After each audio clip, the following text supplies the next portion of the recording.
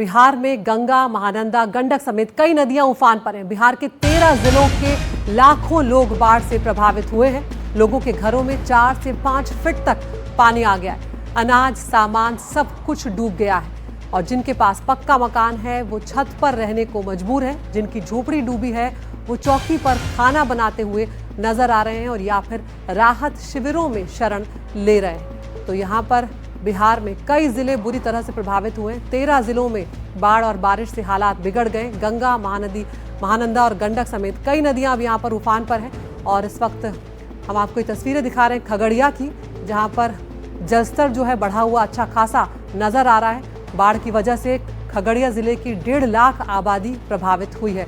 सोमू आनंद हमारे सहयोगी हमारे साथ जुड़ गए हैं। सोमू, तस्वीरें हम देख रहे हैं, हर जगह पानी ही पानी यहाँ पर नजर आ रहा है।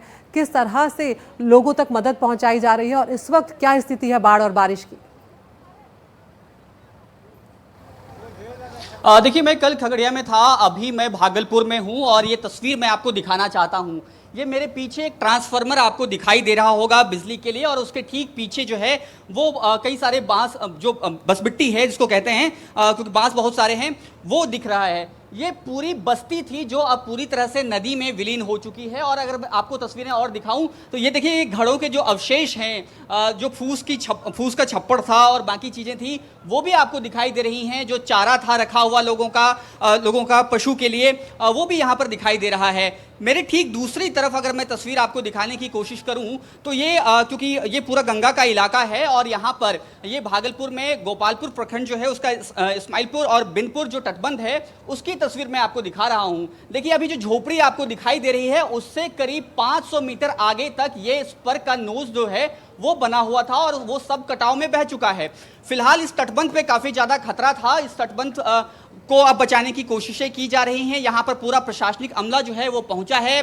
कल रात में यहाँ पर बहुत ज्यादा दबाव बढ़ा अचानक से और उसके बाद अब यहाँ पर जेसीबी लगा करके जो बैग्स हैं उसके सहारे, जो पेड़ हैं उसके सहारे इसको बचाने की कोशिश की जा रही है। लगातार ये प्रयास किया जा रहा है किसी तरह से ये तटबंध बच जाए। लेकिन कटाव की तस्वीर अभी आपको दिख रही होगी, कटाव कितना भयानक था। अगर ये पूरा कटाव हो जाता तो लाखों आबादी प्रभावित तो होती ही, NH 31 पर भी पानी चला जाता। ये पूरी तस्वीर है। लेकिन यहाँ पर अब पूरा राहत और बचाव दल जो है वो पहुंचा है। लोग कोशिश इस बात की कर रहे हैं कि किसी तरह से इस पूरे इलाके को बचाया जा सके और अब स्थानीय लोग जो हैं वो भी यहाँ पर हैं। ये बताइए, ये जो तस्वीर है ये कब से बिगड़ी, ये अचानक से कब पानी बढ़ा है? कल 11 बजे से स्थिति गड़बड़ हुआ और पानी क्या कहते हैं, बैक वाटर के कारण कटाव स्टार्ट हो गया। कटाव घर चले गए इस कटाव में? इस कटाव में घर उधर कटा होगा, कम से कम 25-30 घर उधर कटा है और इस बांध पे जो थे बचे हुए वो लोग। तो बांध पे भी कई लोग रहते हैं। और ये बताइए कि अभी अंदर में कितनी आबादी फंसी हुई है? अभी बहुत आबादी है। कितनी आबादी होगी लगभग? हमको लगता है 2-3 हजार आबादी है। 2-3 हजार। तब पूरा एकदम है, ये है टोला के पूरा। बताइए कि हर साल इस पर पे खतरा रहता है? हर साल? हर साल। अच्छा, हर साल खतरा रहता है यहाँ पे। क्या विकल्प रहता है आप लोगों के पास? क्या करते हैं आप लोग? हम लोग कुछ नहीं, ऐसे रोड पे समय बिता देते हैं, कुछ नहीं कर पाते हैं। अभी कहाँ रह रहे हैं आप? अभी एकदम बिल्कुल रोड पे रह रहे हैं। आपका घर? टिंगटेंगा करारी इसी जगह था। अच्छा, हाँ। आपका घर भी कट गया? नहीं, मेरा नहीं कटा है, मेरा तो टिंगटेंगा करारी घर है। तो ये तस्वीर देखिए यहाँ पर। और अभी जो जेसीबी मशीन है वो लगातार आ रही हैं, ट्रैक्टर से जो बैग्स हैं वो लाए जा रहे हैं और इसके सहारे इस बात की कोशिश की जा रही है कि इस पूरे तटबंध को किसी तरह से बचाया जा सके। लेकिन क्योंकि अभी जिलाधिकारी भी यहाँ पर पहुंचे थे, उन्होंने भी हालात का जायजा लिया और इस नाव को राहत और बचाव काम में लगाया गया है और इसी नाव पर तमाम जो बैग्स हैं वो भी लाए जा रहे हैं ताकि जो कैरेज है, क्योंकि इस रास्ते में मैं एक बात आपको समझाना चाहता हूं कि अंदर जो आबादी फंसी हुई है वो भी इसी तटबंध से बाहर निकलना चाहती है और जो पूरा राहत और बचाव का सामान है वो भी इसी रास्ते से यहाँ आना चाह रहा है। तो जाहिर है कि दोनों तरफ के लोग जब एक दूसरे के सामने आते हैं तो वो ब्लॉकेज होता है और इससे राहत कार्य भी प्रभावित हो रहा है। बिल्कुल, बहुत बहुत शुक्रिया सोमू। यहाँ पर तो भागलपुर से हमारे सहयोगी सोमू आनंद बता रहे हैं कि एक बहुत महत्वपूर्ण तटबंध जो कई इलाकों को आपस में जोड़े रखता है, वहाँ पर इतना ज़्यादा कटाव हुआ है पानी के तेज़ बहाव के चलते कि उसे बचाना मुश्किल हो रहा है और लगातार कोशिशें की जा रही हैं।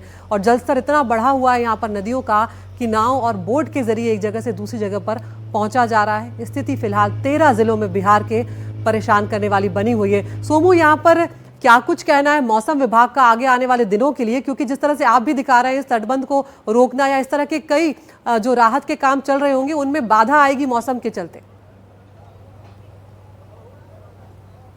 बिल्कुल, देखिए अभी फिलहाल अगर भागलपुर के इलाके में बात करूं तो जरूर इस पूरे इलाके में नगोछिया में कल से बारिश नहीं हुई है, लेकिन मौसम विभाग ने चेतावनी जारी की है कि यहां पर और ज्यादा बारिश अभी हो सकती है, लिहाजा नदी का जलस्तर भी बढ़ सकता है और ये पूरा कार्य भी प्रभावित हो सकता है, क्योंकि ये जो पूरा तटबंध है जिससे ये पूरा राहत और बचाव दल आता है यहाँ पर, ये पूरी कच्ची सड़क है और अगर यहाँ बारिश होती है तो इसमें फिसलन हो जाएगी और लोगों की परेशानी भी बढ़ पाएगी। तो जाहिर तौर पर ये देखिए, ये क्योंकि मैंने आपको फिर से बताया कि ये पूरा इलाका जो है वो इस तरह से प्रभावित हुआ है कि लोगों के घरों के अवशेष जो हैं वो यहाँ पर साफ तौर पर दिखाई दे रहे हैं और ये सारे कर्मी, सारे मजदूर जो है वो लगाए गए हैं। इससे बताया जाए कि हजारों की संख्या में यहाँ पर मजदूर जो है वो अब लाए जा रहे हैं, अलग अलग जगहों से उनको बुलाया जा रहा है ताकि ये पूरा तटबंध जो है उसको किसी तरह से बचाया जा सके।